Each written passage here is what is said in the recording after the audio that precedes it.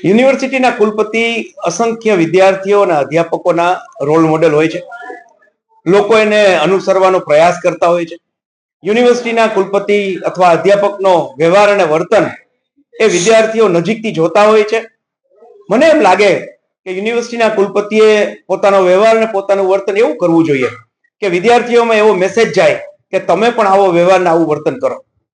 MOU થતા હોય Rajkot police સાથે કે અમારા વિદ્યાર્થીઓ કાયદાનું પાલન કરશે, આરટીઓના નિયમોનું પાલન કરશે. ત્યારે યુનિવર્સિટીના કુલપતિએ પણ જો એમને ગાડી ઉપર સાયરન લગાડવી હતી તો કમિશનર વાહન વ્યવહાર પાસેથી ઓફિશિયલી મંજૂરી માંગવી જોઈતી હતી, અને મળેલી હોય તો લોકોને કહેવું જોઈએ કે મંજૂરી લઈ અને કાયદાના પાલન કરવાના ભાગરૂપે જ અમે સાયરન રાખી છે. મને લાગે છે કે યુનિવર્સિટીના કુલપતિએ આવા વિવાદોથી દૂર રહેવું જોઈએ. યુનિવર્સિટીના કુલપતિની પહેલી જવાબદારી આગામી એકાદ વર્ષની અંદર જ નેક એક્રેડિટેશન માટે યુનિવર્સિટી આગળ આવવાની છે, ત્યારે યુનિવર્સિટીની ગુણવત્તા શિક્ષણની સુધરે એ દિશામાં આગળ વધવું જોઈએ.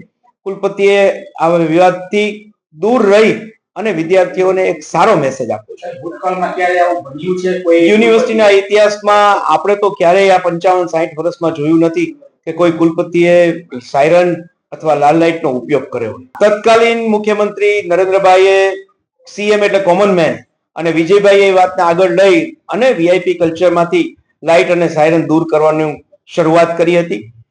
સમાજે એને આવકાર પણ આપેલો હતો. લોકો ખુશ હતા કે આ વીઆઈપી કલ્ચરથી જાહેર જીવનના લોકો દૂર રહે.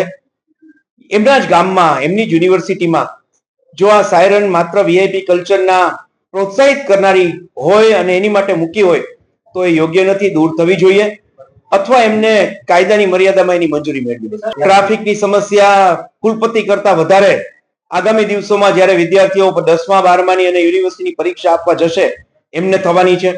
સમયસર પહોંચવાનું એમને હોય છે. 11 વાગ્યાના પેપરે એમને 11ના ટકોરે સ્કૂલમાં બેસીને પરીક્ષા આપવાની હોય છે. કુલપતિએ તો આ પરીક્ષા યોગ્ય લેવાય કે લેવાય છે એ જોવાની જવાબદારી છે. એમને વિશેષ સમય સાચવવાનો હોય એવી ઘટનાઓ પ્રમાણમાં ઓછી હોય છે. ત્યારે આ બહાનું પણ યોગ્ય નથી. ટ્રાફિકની સમસ્યા તમે ને હું બધા જ સામનો કરી રહ્યા છીએ, અને આ સમસ્યા દૂર થાય એની માટે યુનિવર્સિટીએ શું ચિંતા કરવી જોઈએ એવો કુલપતિએ કંઈક નિર્ણય કર્યો હોત ને એનો કોઈ સેમિનાર કર્યો હોત તો વધુ સારું રહેત. પોતાની ટ્રાફિકની સમસ્યા દૂર કરવા માટે સાયરન લગાડવી. મેં આજે તત્કાળ જૂના કુલપતિ કમલેશ જોશીપુરાનું નિવેદન સાંભળ્યું. એમણે એવું કીધું છે કે એમણે આવી કોઈ યુનિવર્સિટીના કુલપતિ પાસે આવી સાયરન જોઈ નથી. મને લાગે છે કે આ કુલપતિ અને એ કુલપતિ બંને કુલપતિઓના નિવેદનો વિરોધાભાસ છે. કોઈ એકાદ સાચી વાત કરતું હશે ને કોઈ એકાદ વ્યક્તિ ખોટી વાત કરતું હશે. કોઈ પણ વાહન ઉપર આ પ્રકારની લાઇટ અથવા સાયરન કરવી હોય તો કમિશનર આરટીઓ પાસે અથવા કમિશનર વાહન વ્યવહાર પાસેથી મંજૂરી લેવી જોઈએ. આ મંજૂરી લઈને કંઈ કરી શકાય એવો નિયમ છે.